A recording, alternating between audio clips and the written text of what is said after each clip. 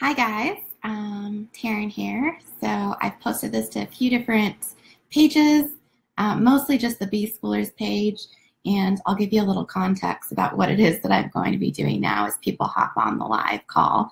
And depending on how many people we get, I'm going to do this a few different ways, so it's very flexible on how this is going to work.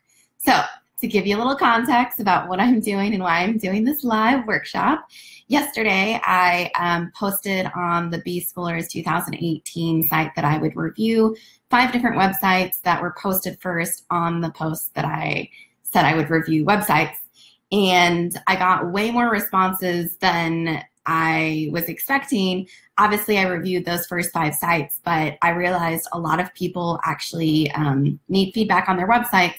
And I'm one person and can't do it for everyone. So instead, what I'm doing is I'm going to be able to help you review each other's sites. So I'll talk a little bit about what we're going to do in a second. But first, I want to start out with saying a lot of the principles that I'm talking about are going to be visual design principles.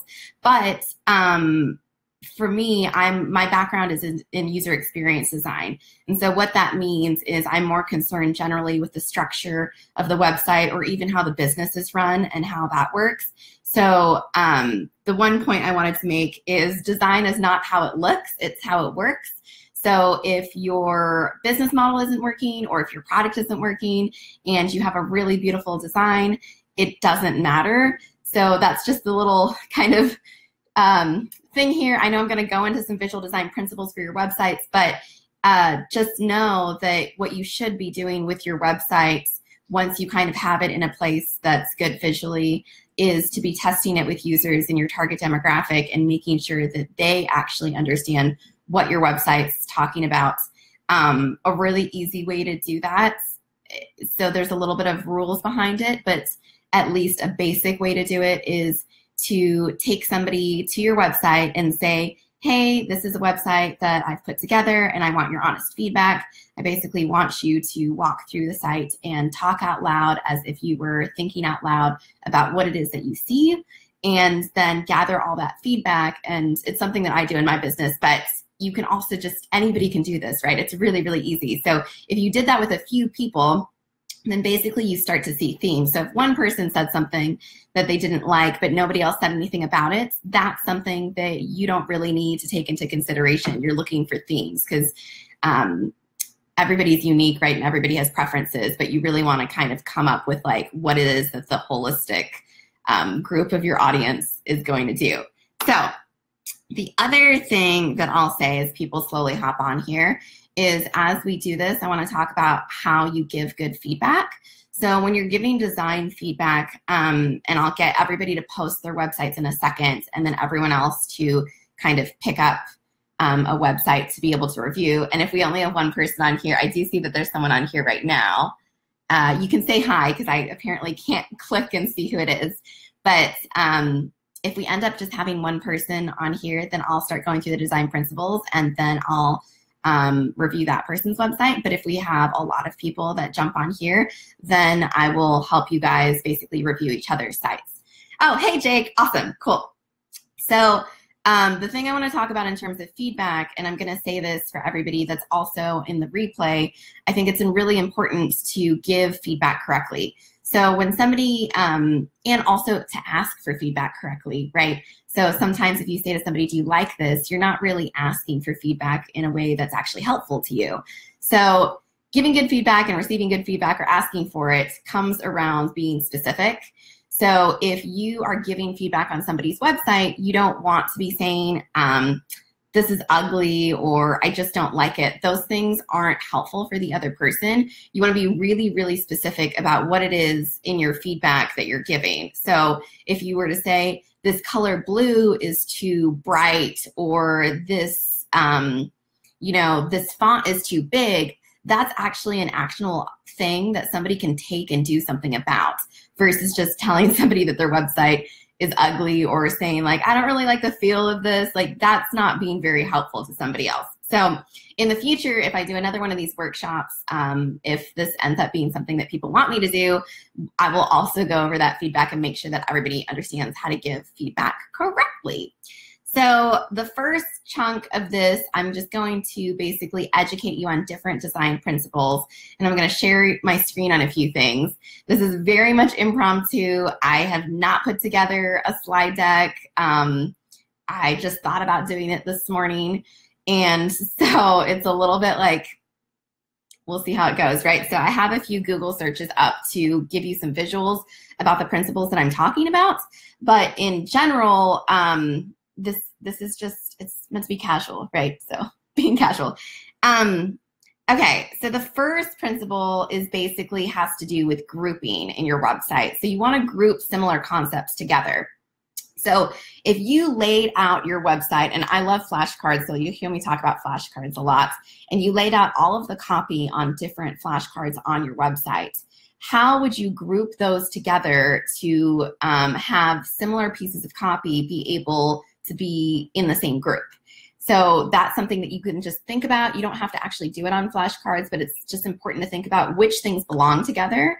And this grouping principle can be, you can blow it totally into like a, you know, each section is a group, but then there's sections within sections that are also grouped. And I want you to always be thinking about like, how are things grouped together? Even something as simple as a piece of content that is written and a button underneath it that is related to it, those things should be closer together or visually similar in some ways so that people understand that they are part of the same thing. And then the other thing when it comes to grouping is obviously spacing helps with grouping visually when you're on a page. But the other side of that is white space, right? So don't be afraid of white space. White space actually does a lot for you. It basically gives you your eye a visual break to be able to understand the groups and understand how you can scan a page. And what I'm seeing a lot of generally when I was looking at sites yesterday is there's just one long block of text, and maybe there's some subheaders kind of in there, but there's no white space around it, and so it's a bit overwhelming for somebody. And what that ends up making them do is they just scroll past all of that text because it's not an email, right? People will read in an email format, and even that, it's like you need to start designing your emails better. But talking about websites, they're not going to read one long thing of text unless they feel like they've gotten to the bottom of the page, they have a lot of questions, they're generally interested because something else they saw on your page, and then they'll go back and read it. But that's not how people scan websites, and you want to really think about how they're going to scan your website. So along with grouping, I also want to talk about, so I talked about proximity, which I'll just show you a, let's see how I wonder if I can share my screen. Oh, no, it's not going to let me share my screen, I feel like. Dang it, this whole thing was meant to be so I could share my screen. Okay, what I'm going to do instead is I'm going to post links so you can see. We're going to do this on the fly. So proximity is, I'm just going to send you a quick link. I'm talking about a few things, and this is in Gestalt's Principles of Design. So it should be pretty easy for you to see these. This is a really basic picture of proximity, just to show you the differences between what it looks like if everything's grouped together versus what if things are grouped separately. Another principle that Gestalt has is similarity. And similarity can, I'm actually just going to send you this page that has a lot of different Gestalt principles. I'm not going to go over all of them, but this will help you look at your website and kind of see what is working. So sending that one over. So similarity, you can basically do similarity in a lot of different ways. You could do it with shape, you could do it with size, you could do it with color.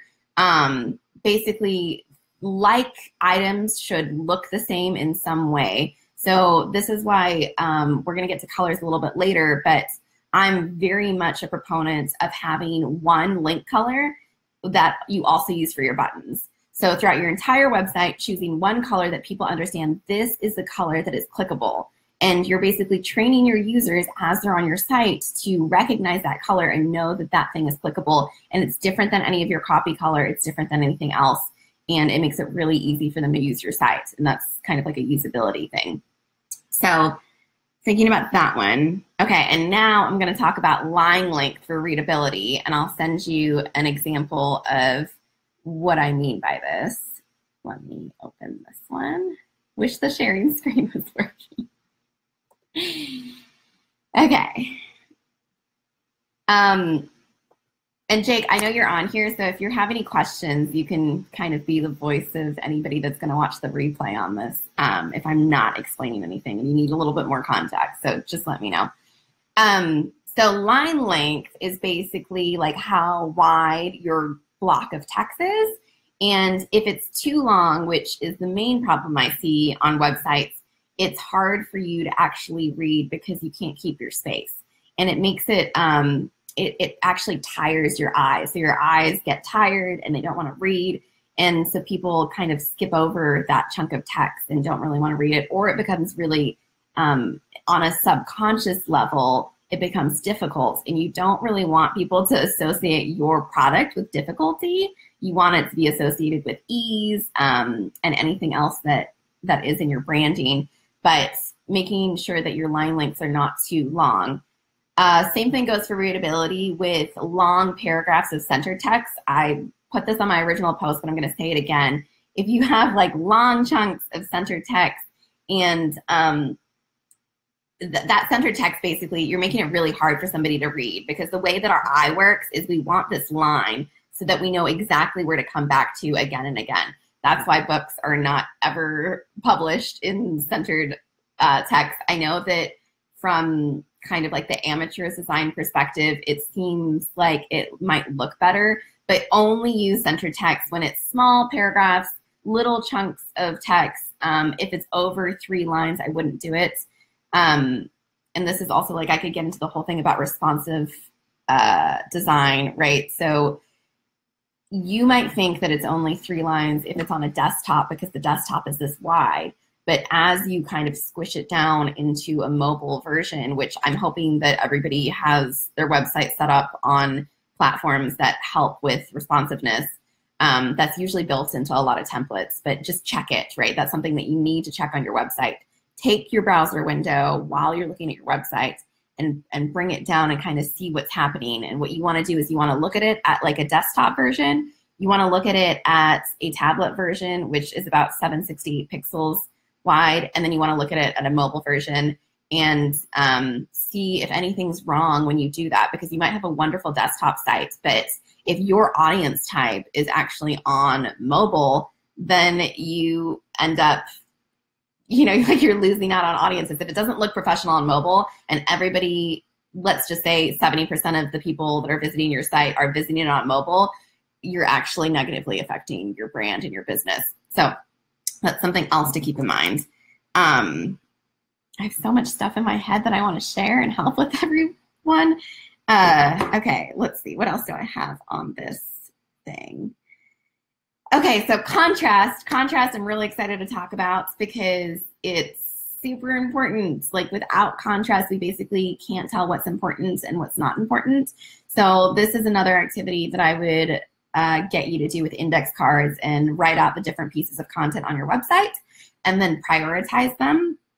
You can also check out my video on this page for prioritization if that's helpful, if you want to kind of hear about other ways of prioritizing things. But it's basically the same concept that I talk about in that video, which is write out the different parts of your website, and then you have to order them from the most important to the least important.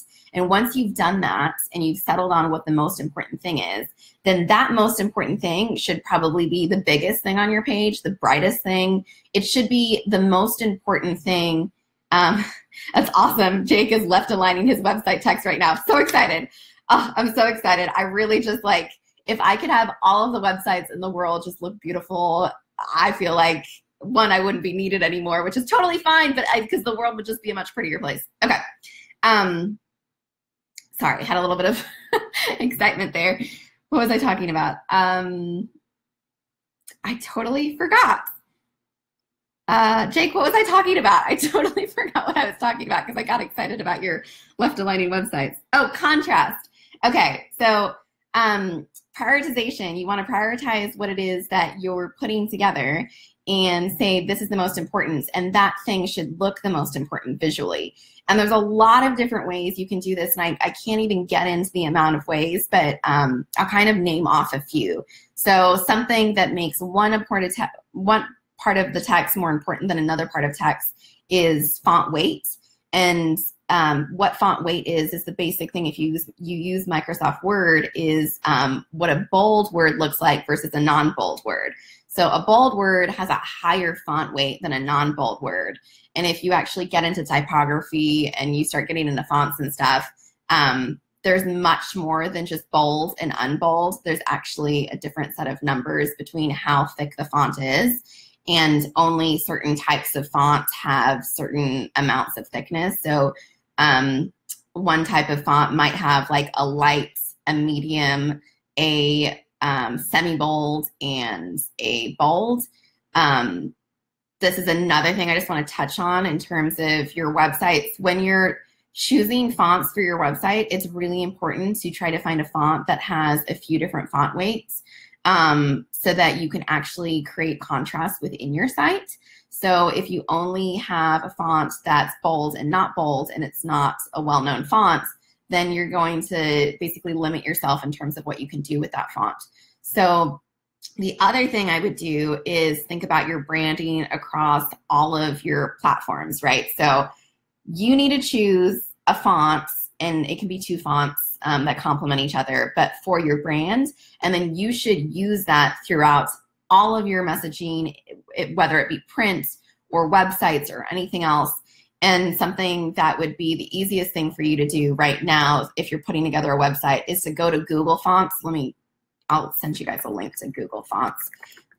Basically what you can do is you can go through Google Fonts and find a font that is a web font.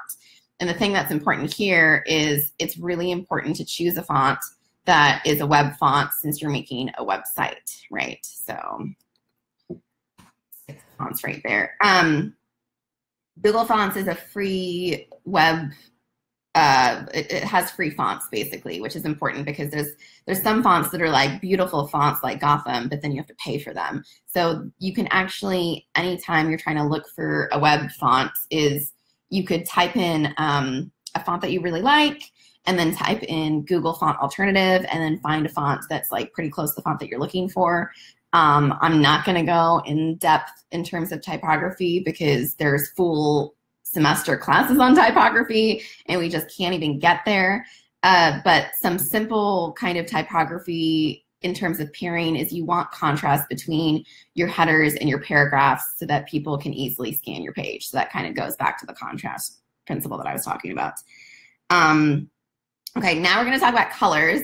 So what I would do in terms of colors is I would actually take a step back, and this is, I'm giving you guys a very skimming surface of all of these different things that you can dive much deeper into. And the reason I'm doing that is because as I'm talking about any of these things, it's kind of bringing it to your attention that they are things that you need to think about.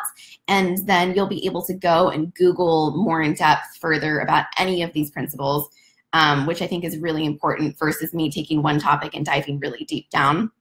So for example, I had sent you that Gestalt design principles, and now you can, sit for hours looking at Gestalt principles and understanding them versus if I hadn't sent that to you, right? So when it comes to branding or when it comes to colors, what I want you to do is take a step back and think about your business and think about the strategy of your business and think about words that might represent you or your business, and maybe even put together like a mood board in terms of like what it is that you want the feel of your business to look like.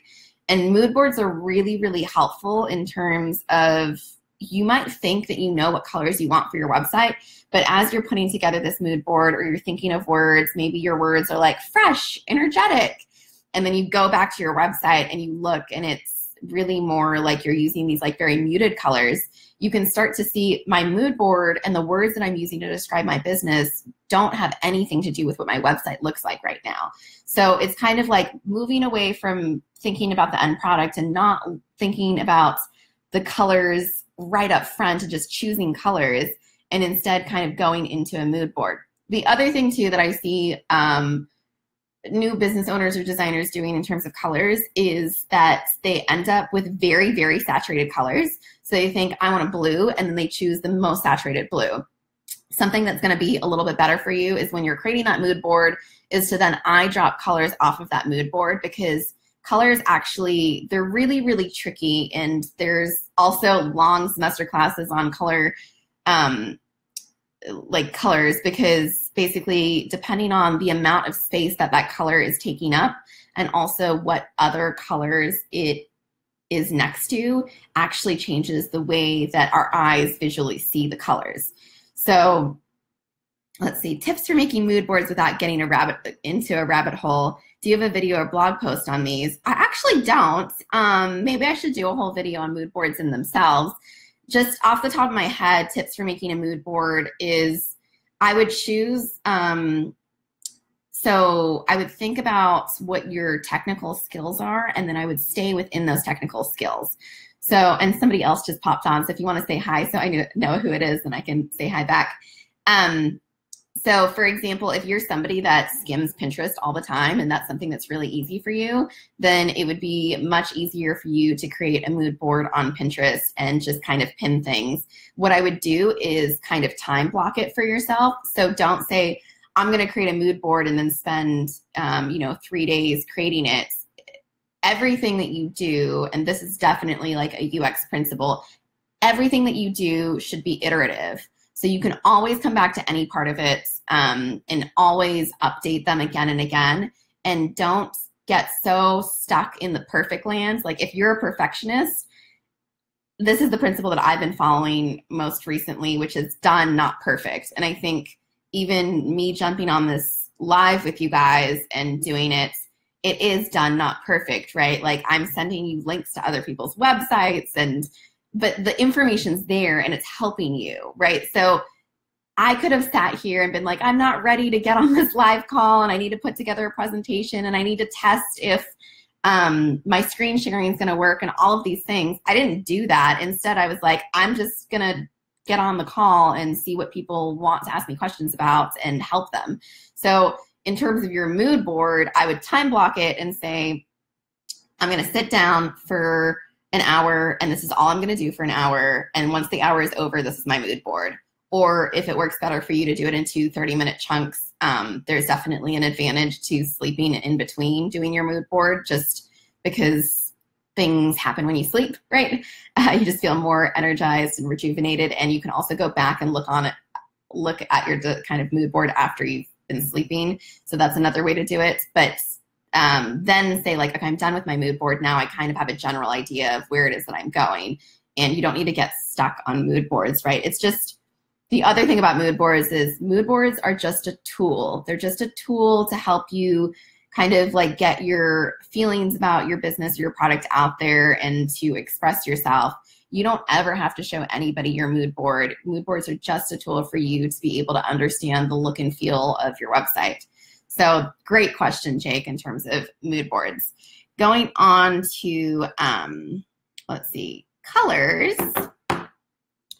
And who is in here? Just say hi, because I think what I'm going to do is I'm going to get you and Jake to basically post your websites and then review each other's websites so that we can test out this model, so that if I do this again, then we can do it with a lot more people, since this is very impromptu. So colors, yeah, as I was saying with colors, so I'm going to send you a few links in terms of colors.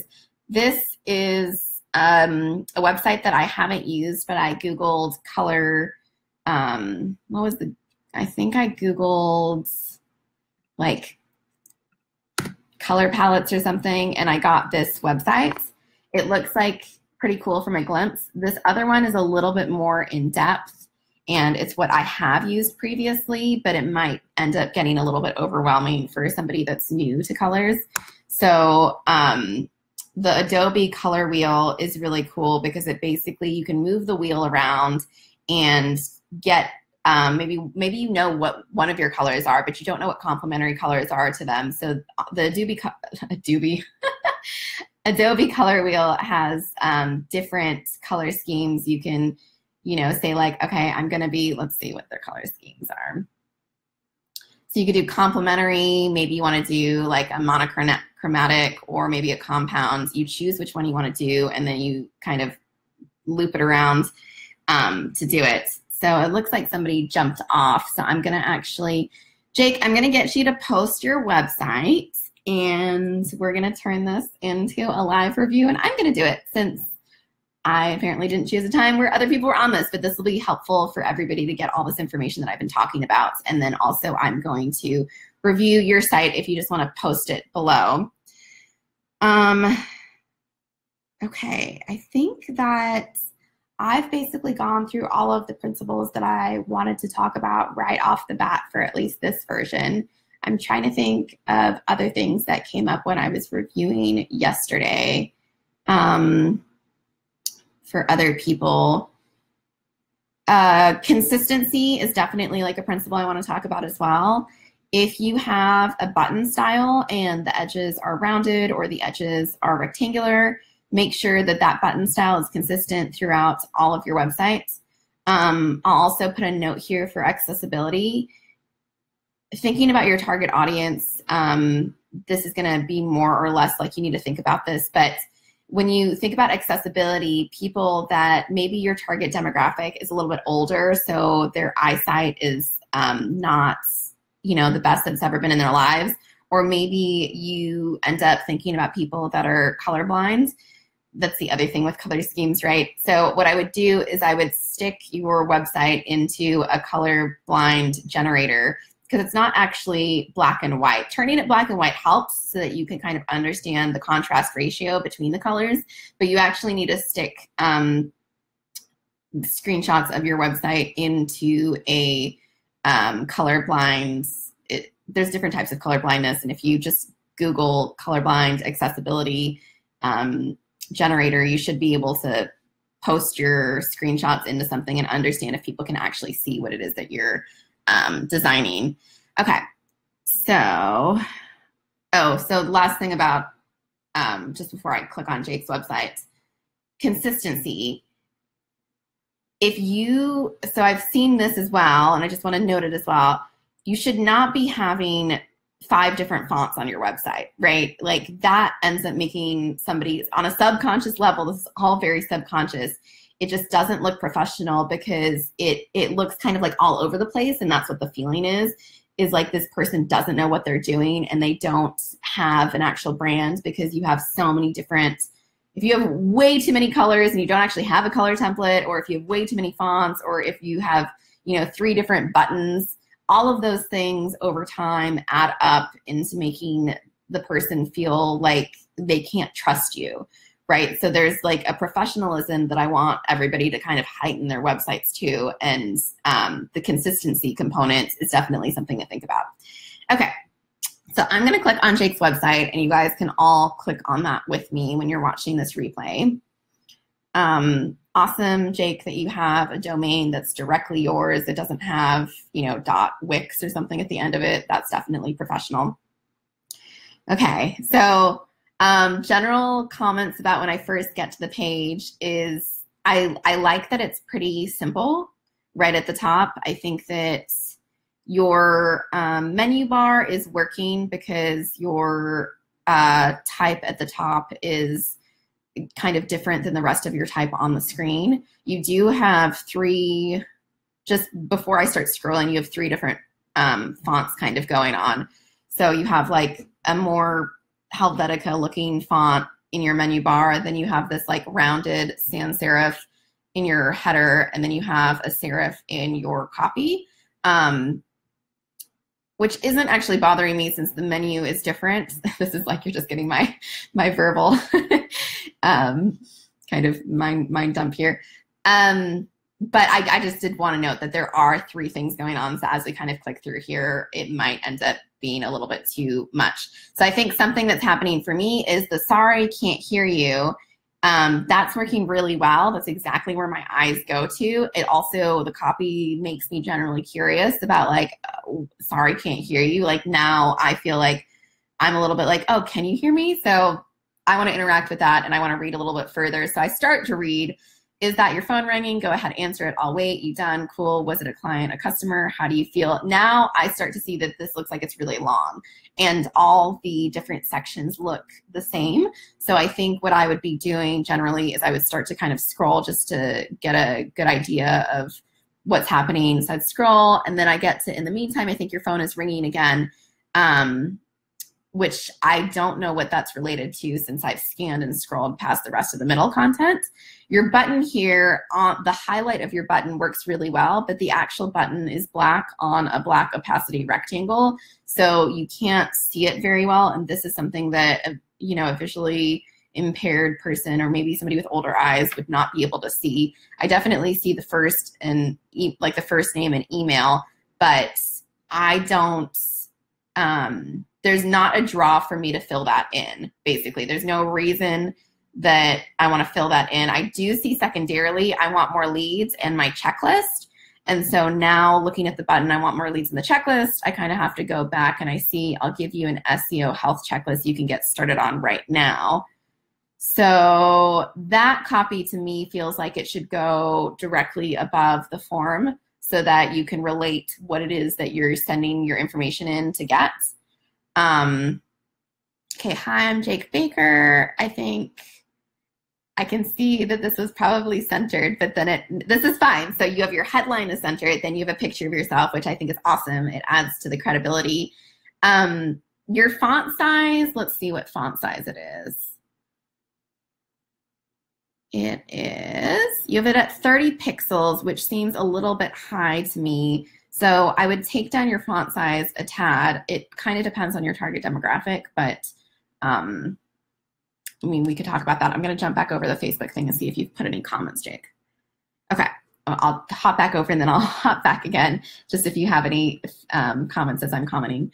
So I see, like, I help socially responsible entrepreneurs grow their business authority through a combination of SEO and content marketing. This is the first time that I really know that you're focused on SEO and content marketing, besides when I saw the SEO health checklist. So I wonder if there is a way to, when I land on this page above the fold, and the fold is basically the part where you can't see anything below the website, is there a way to mention SEO or content marketing in some way on the page so that I know what it is that you do? Because right now, before the fold, if I just look at that page and if I was to land here and I was looking for somebody that did SEO and marketing, I might, your bounce rates, I don't know if you have Google Analytics installed, but your bounce rate might be quite high because people are like, nope, that's not, you know, this looks like maybe somebody's portfolio page, I don't know what it is. And then they bounce off really quickly if they're, you know, opened up multiple tabs and tried to look at lots of different people's websites, then that could be an issue.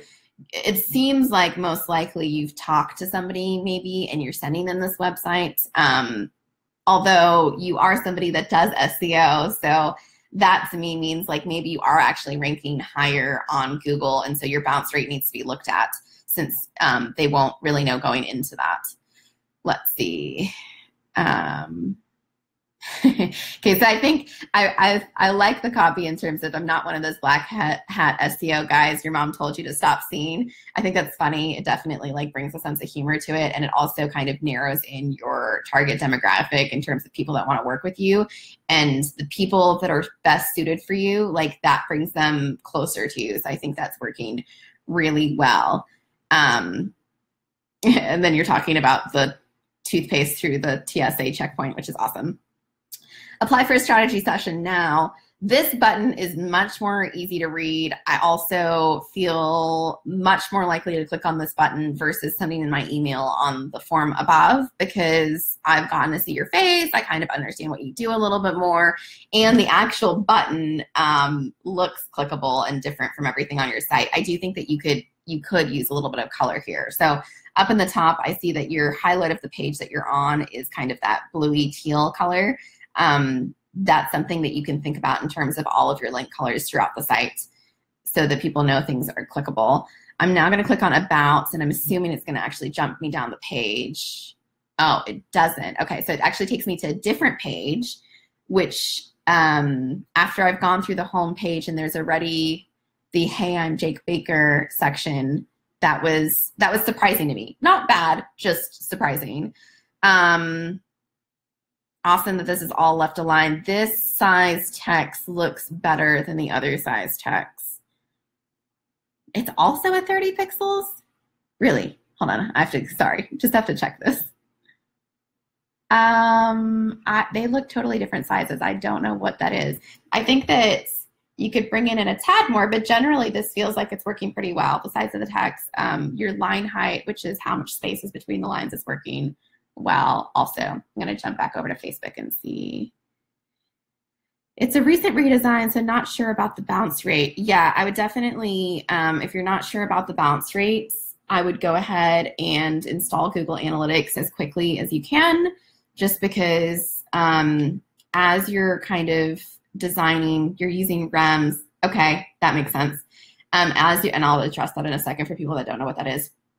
As you're designing and you're doing all of these updates, it would be nice if your Google Analytics were already installed so you can kind of see what changes are doing what with your site over time and as you're doing different launches. So Jake says that he's using REMs for his font size. Do you know what your base font is at, Jake? And so I'll tell everybody kind of what a REM is. It's using font size that are relative to this base font size. So basically what ends up happening is if you say that your font size, this might be something easier for people to Google. I don't want to get super into it, but it basically makes it easier for developers to update sites so that everything is proportionate to each other, is the best way that I can describe it in the shortest amount. The sizes are totally different. My main page is 3.2 because I was worried about the contrast. Everything else is 2.2. Okay, and your base rate then, if you're doing 3.2 and it's 30, I don't know what the math is off the top of my head, but so you said that you were worried about the contrast, and so you brought it up to a 3.2 on your main page. So bringing everything up to a 3.2 isn't going to help with contrast, right? You have to bring some things up and some things down to make them different from each other, and that's what helps with contrast. If everything on your page is big and bright and red, then nothing stands out, right? So if you've ever, I don't know, like if you're designing a poster and everybody's like, make this part important, make this part important, and they basically over time say everything's important on the page, then nothing's important, right? Same thing goes for like, if every single person in the room is talking at the same level, then you can't hear anybody. So bringing your page up to like everything on your page up a size isn't helping with your contrast at all. I would look at that page and think about what are the things that are more important or less important on the page. So I'm going to go back to your home page and kind of talk about that a little bit. Obviously your header, sorry, can't hear you, is you're saying that that's the most important thing besides, hey, I'm Jake on the page, right? That's what you're saying right now. I'm going to read through this. Is that your phone ringing? Go ahead, answer it. I'll wait. You done? Cool. Was it a client, a customer? How did it feel talking to them? I bet you solved some problems. You want the phone to ring more. You want to help more people. That's why you're here. That right there, you want the phone to ring more. You want to help more people. That's why you're here. That should be visually brighter, bigger, everything else than all of the copy kind of like above it, right? Because that's your selling point. You want, like, people want their phone to ring more. I'm going to keep reading. We know both the phone call was a rare occurrence. I mean, it's not like you haven't tried getting leads from your website. You're tired of hoping your blog posts go viral, and you've all but given up on the whole SEO thing. You want more leads, more sales, more business. You want to change more lives, have more money, and be a little freer. That section there too should be highlighted in some way. So everything else should be, I don't want you to, when I'm saying this, I don't want you to make that really, really big, right? I want you to make everything really, really small. So this is the same thing as if everybody was talking in the room, it would be better if everybody stopped talking besides one person versus if one person just started talking louder than everybody else. You want more people to find you. You want to become recognized. What if I told you that was possible? So this could also benefit from a little bit of white space between sections. So, and you've been all but given up on the whole SEO thing. I would put white space between that and the next chunk that says you want more leads, all the way to what if I told you it was possible? Like, now that is one unit of stuff that people are interested in, that you can highlight in some way, that people can, when they're scanning, they just read that part.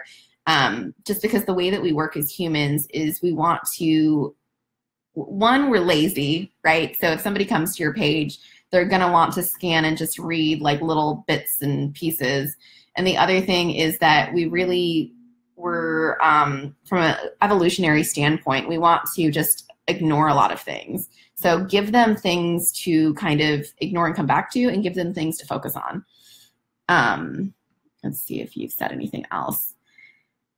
He says, I don't know my base font size. I think 2.2 corresponds to 22 pixels.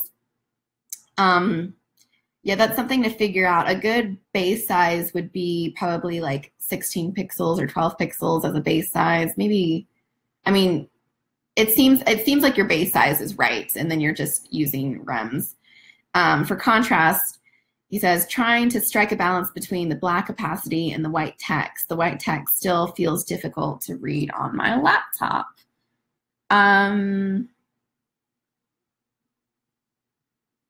The white text to me is not actually the issue in terms of it being difficult to read. I think what is difficult to read is, I think it's too big. I think it's all the same. And so my eyes don't have any space to rest, right? Like, as I'm kind of looking down the page, there's no place for me to rest.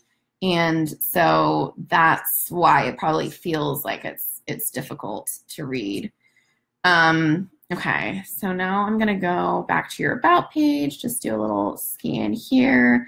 I like that all your links are in a certain color. I think you could even make your links bold and in that color, since that color is not necessarily, if you stuck this, you know, into black and white, they're not that much contrast from each other, so you can make them all bold.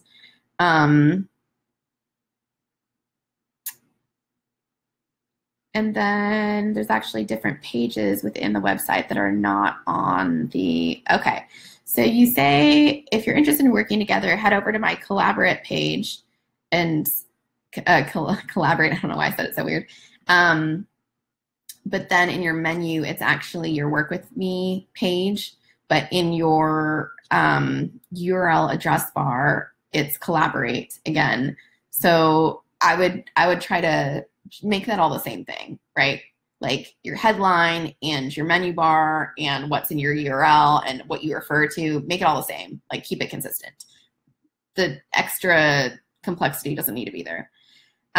Work with me. Hey there, I'm flattered you're considering working with me. I screen all of my clients before I decide to work with them. I do this to assess the fit.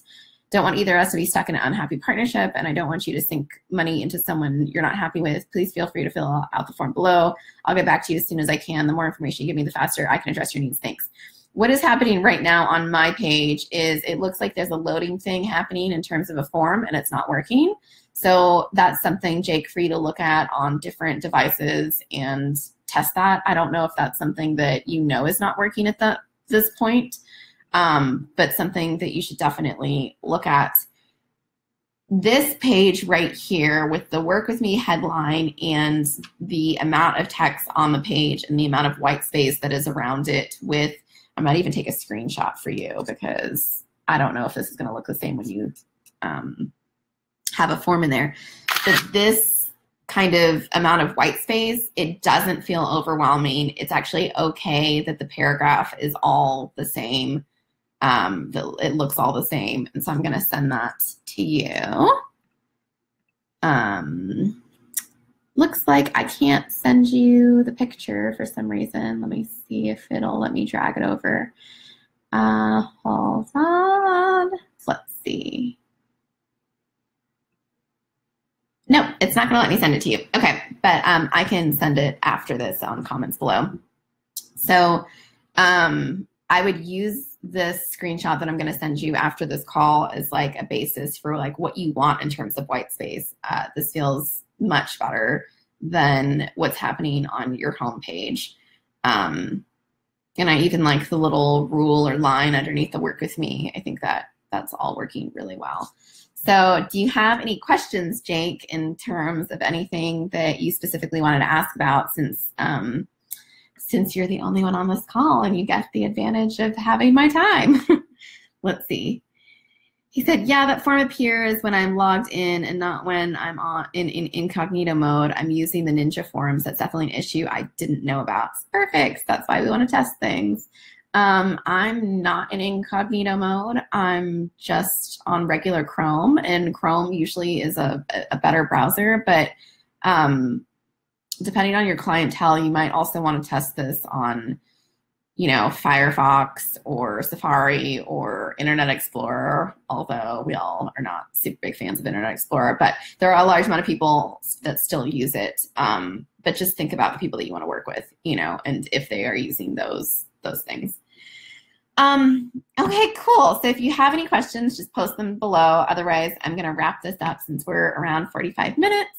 And I hope that everybody that watched the whole thing really enjoyed it. If you have any questions, you can still post when you're watching the replay. Feel free to post also as you have comments throughout the entire thing. And I'm just trying to think of like anything else. No, probably not. Okay, awesome. Thank you guys so much. I think that this was so much fun. I really appreciate the amount of responses that were to that original post in terms of reviewing websites.